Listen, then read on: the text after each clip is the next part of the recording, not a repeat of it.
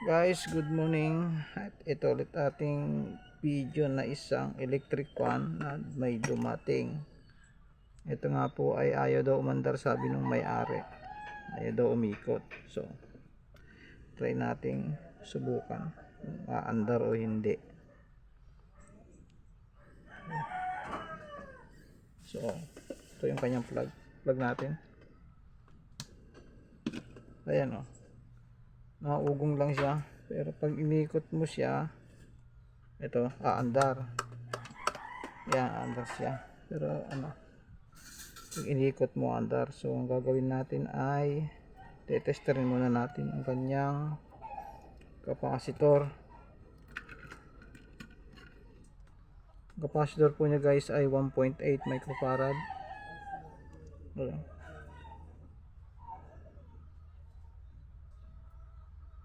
Yan, wala na. So, wala na siya.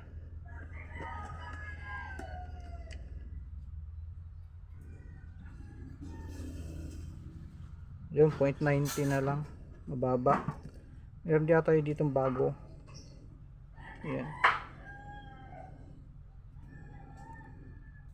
0.91 din, ang baba din.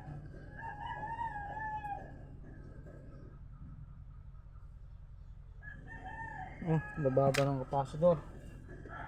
Pababago. Ito, hanap tayo ng capacitor na mataas. Ito naman ay ito 1.5.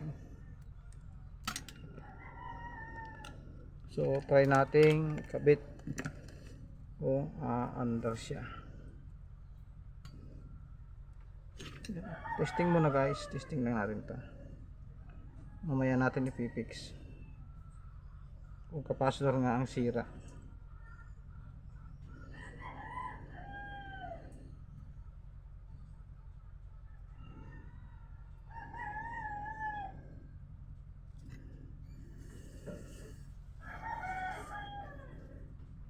Ayan. Tapos isa.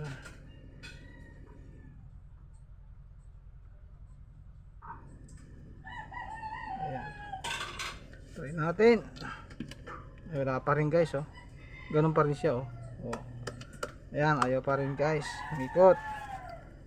So, ang possible na sira nito, next natin gagawin ay check natin yung continuity ng kanyang itong linya ng capacitor. Ayan. Kailangan mayroon siyang reading. Ayan. Ito yung linya ng capacitor at saka yung common. Ito yung dalawang ito.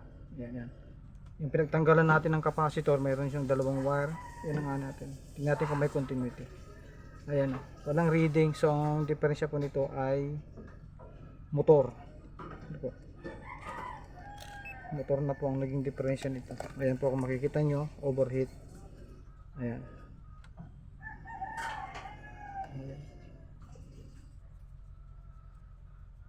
So bibili na lang po tayo ng bagong motor. Salamat guys, sana nakatulong sa inyo kahit konti.